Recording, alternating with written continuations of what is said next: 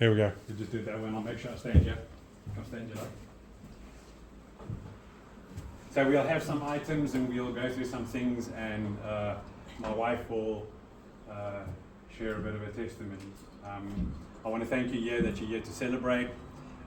If I go back and we were still staying in Schnapper Rock, and it was still over the Easter weekend where we kind of had something happen in the family, and my wife, I know you might not want me to tell the story, but I'll start that way, because this is how fundamentally I want to tell how this story, how it changed, how from my perspective my wife has come along. We were married 32 years last year, and I think we only really started discovering each other properly.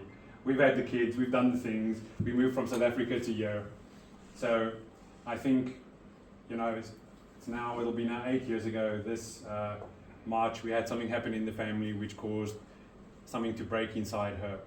And I always tell the story, 11 o'clock at night, things would be too much for her, and she would just run out the door in Schnapper Rock, just go walking, leave her phone behind. I would be in bed, wake up about a half an hour later, and wonder where she is, climb in the car and go walking around because of the mental state she was in at that present moment.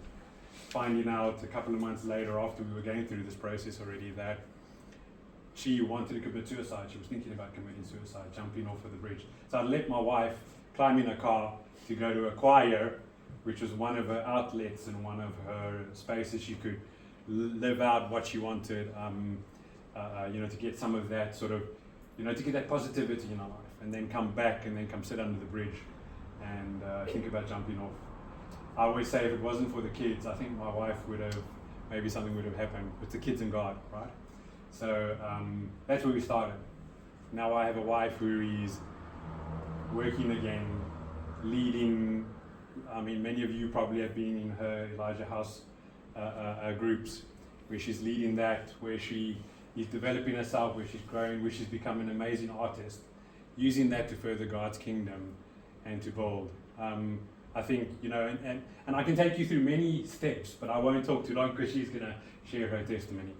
There's been a number of steps of things happened that seemed at that moment in time that weren't that great, that were a bit negative, that kind of opened the door to that. I'll go back as far as coming to this church, which we're part of, Pastor David, who's our senior pastor here, and gave an opportunity to say what you're doing makes sense from a I can come.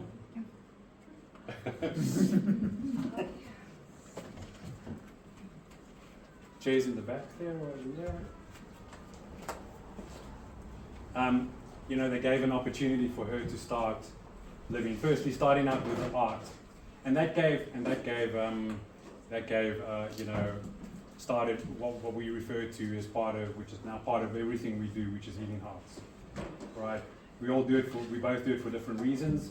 We do it in different places, but it's part of not only what we do every day, but it's part of our business that we're busy developing. Part of that is to have a community focus. Part of that community focus is healing hearts. It's putting knowledge and learning in people's hands. And we are, with the help of many of you, we are doing things like leadership. We are doing Elijah House. We are allowing people to live out their creative side by coming and painting, and just where you think you can't paint. And that is really what our heart is about. I think as we stand here tonight and she shares, you will find every little step.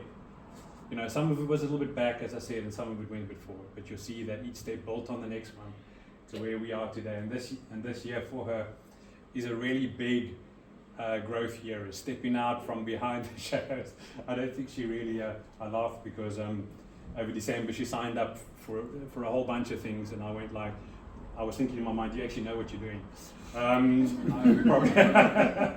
We actually spent probably like around $5,000 together, the two of us, for her to get into learning and training and leadership, speaking, and all those sort of things, as we believe is the next step for her foundation, stepping into the plan and the destiny that God has got for her.